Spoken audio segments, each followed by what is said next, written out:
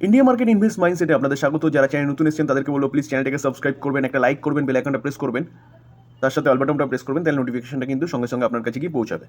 দেখুন, অলরেডি কিন্তু একটা ভিডিও আমরা আপলোড করেছি যেখানে কিন্তু আমরা আজকে থেকে একটা আইপিও ওপেন হতে চলেছে, সেই আইপিও নিয়ে কিন্তু আলোচনা করেছি।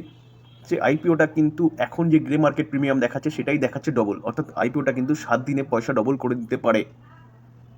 দেখুন, পারে বলছি, হবেই যে এরকম ব্যাপার নয়।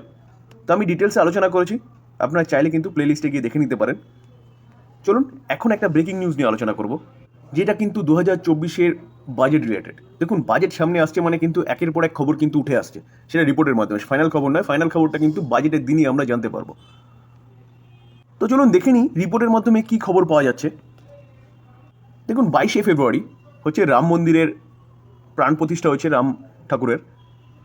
তো সেই জায়গায় দাঁড়িয়ে সেদিনকে কিন্তু আমাদের পিএম প্রাণ প্রতিষ্ঠা করার পরে পরেই ইভিনিংয়ে একটা ব্রেকিং নিউজ দিয়েছে। সেই ব্রেকিং নিউজটা নিয়ে কিন্তু আমরা আলোচনা করেছিলাম, পিএম সূর্যোদয় যোজনা। জিনিসটা কি ডিটেলসে আলোচনা করেছিলাম, কোন কোন কোম্পানির দিকে নজর রাখবে সেটাও আলোচনা করেছিলাম। এখন কিন্তু এই পিএম সূর্যোদয় যোজনাকে নিয়ে কিন্তু আরেকটা নিউজ পাওয়া যাচ্ছে। ছোট্ট করে বলে রাখি, দেখুন, পিএম সূর্যোদয় যোজনার আন্ডারে কিন্তু 1 করোড় হাউস হোল্ডদের রুপটপ এবং সোলার রুপটপ আর কি কিন্তু দেওয়া হবে দেশের মধ্যে, যেটা পুয়ার এবং মিডিল ক্লাস কিন্তু পাবে। তার ফলে কী হবে? তার ফলে হচ্ছে যে আমাদের যে পাওয়ারের যে চাহিদা, সেই চাহিদাটা কিন্তু পূরণ হবে এবং খরচা কমবে। তো এই যে সোলার রুপটপ যে লাগানো হবে সেই নিয়ে কিন্তু এই বাজেটে কিন্তু একটা ব্যাপক বড় অ্যানাউন্সমেন্ট আসতে চলেছে। দেখুন, আসতে চলেছে এই কথাটা ব্যবহার করছি কিন্তু। তো সেই জায়গায় দাঁড়িয়ে কিন্তু আমরা এই 1 তারিখেই জানতে পারবো যে কী আসতে চলেছে, যেটা রিপোর্টের মাধ্যমে পাওয়া যাচ্ছে যে খবরটা। চলুন সেই খবরটা আমরা দেখি। দেখুন, রিপোর্টের মাধ্যমে কিন্তু পাওয়া যাচ্ছে, সেজ রিপোর্ট, ঠিক আছে, যেটা কি বাজেট 2024-এ যে পিএম সূর্যোদয় যোজনা, যেটা 22 তারিখে আমাদের পিএম অ্যানাউন্সমেন্ট করেছে, তারকে নিয়ে এই যে খবর, সেই খবর কি যে 20,000 করোড় কিন্তু এই যে অ্যামাউন্টটা সেটা কিন্তু অ্যালটমেন্ট হতে পারে বা অ্যালটমেন্টের কথা জানাতে পারে আমাদের ফাইন্যান্স মিনিস্ট্রি। সেখানে কিন্তু 1 করোড় সোলার রুপটপ হচ্ছে হাউস হোল্ডের দেওয়ার কথা বলা হচ্ছে, পুয়ার এবং মিডিল ক্লাস।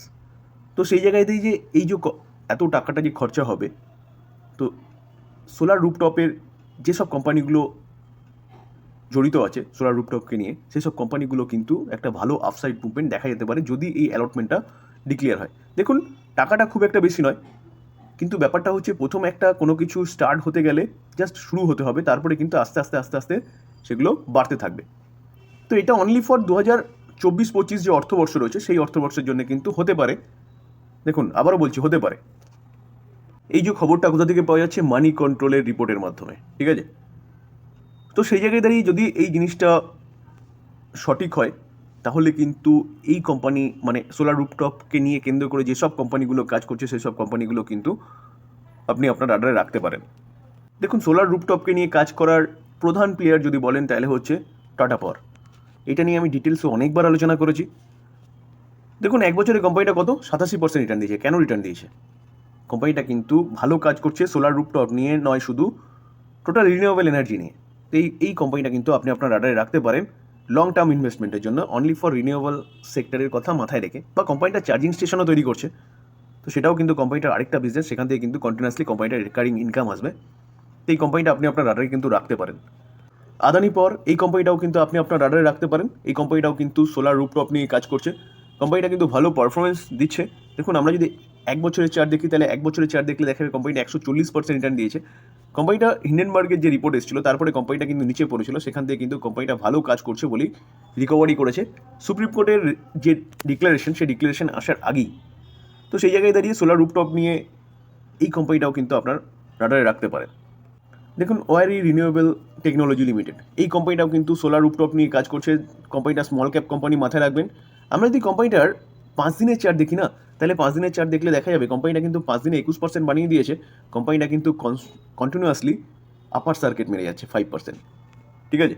তো রিনিউয়েবল সেক্টরে তো ভালো কোম্পানি, রেজাল্টও ভালো করেছে। তার পাশাপাশি কোম্পানিটা কিন্তু আপার সার্কিট মারার পিছনে আরেকটা কারণ হচ্ছে কোম্পানিটা কিন্তু স্প্লিট ডিক্লেয়ার করেছে 1:5, অর্থাৎ যার কাছে কিন্তু একটা শেয়ার আছে তারা কিন্তু 5টা শেয়ার পাবে।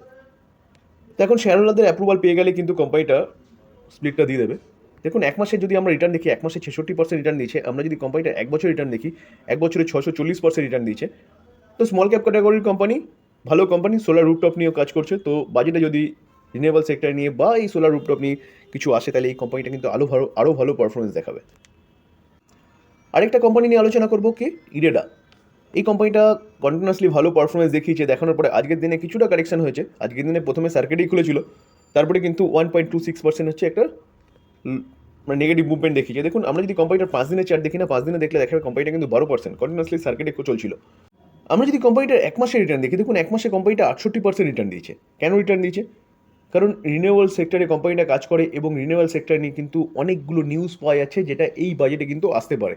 তার পাশাপাশি যদি এই যে 1 করোড় যে হাউস হোল্ডদের যে সোলার রুফটপের কথা শোনা যাচ্ছে সূর্য উদয় যোজনা আন্ডারে, তো সেখানে যে অ্যালটমেন্টটা হবে, সেই অ্যালটমেন্টটার কিন্তু টাকা এই কোম্পানিটা হচ্ছে অন্যতম কোম্পানি বলতে পারেন। শুধু এই কোম্পানির মাধ্যমে আসবে না, এই কোম্পানিটা হচ্ছে সেই সেগমেন্টে কিন্তু অন্যতম কোম্পানি বলতে পারেন। তো সেই জায়গায় দাঁড়িয়ে এই কোম্পানিটা আপনি অবশ্যই আপনার রাডারে রাখতে পারেন লং টার্ম ইনভেস্টমেন্টের জন্য। কারণ রিনিউয়েবল সেক্টরের কাজ কিন্তু জাস্ট শুরু, এখনও অনেক দূর পর্যন্ত কিন্তু কোম্পানিটা এগোবে। কারণ গভর্নমেন্ট লক্ষ্যমাত্রা রেখেছে কত, 2050-এর মধ্যে কিন্তু 50% পাওয়ার কিন্তু রিনিউয়েবল সেক্টর থেকে জেনারেট করবে। তো এই কোম্পানিগুলো কিন্তু আপনি আপনার রাডারে রাখতে পারেন। এই 20,000 করোড় যে অ্যালটমেন্টটা হয়তো আসতে চলেছে, তো যদি আসে তাহলে এই কোম্পানিগুলো কিন্তু রকেটের মতন ছুটবে। দেখুন, এটা কোনো বাই সেল রেকমেন্ডেশন নয়, আমি জাস্ট একটা নিউজ পাওয়া যাচ্ছে, সেই নিউজ নিয়ে আপনাদের সাথে আলোচনা করলাম, ডিসকাস করলাম। এবার কি করবেন না করবেন টোটাল ডিসিশন আপনার, বা আপনি আপনার ফাইন্যান্সিয়াল অ্যাডভাইজারের সাথে কথা বলে নিয়ে কিন্তু বাই বা সেল করবেন, যা করবেন। এই ছিল আলোচনা। যদি ভালো লাগে তাহলে চ্যানেলে যারা নতুন এসেছেন তাদেরকে বলবো প্লিজ চ্যানেলটাকে সাবস্ক্রাইব করবেন, একটা লাইক করবেন, বেল আইকনটা প্রেস করবেন, তার সাথে অল বাটনটাও প্রেস করবেন, তাহলে নোটিফিকেশনটা সঙ্গে সঙ্গে আপনার কাছে গিয়ে পৌঁছাবে। থ্যাংক ইউ, ভালো থাকবেন।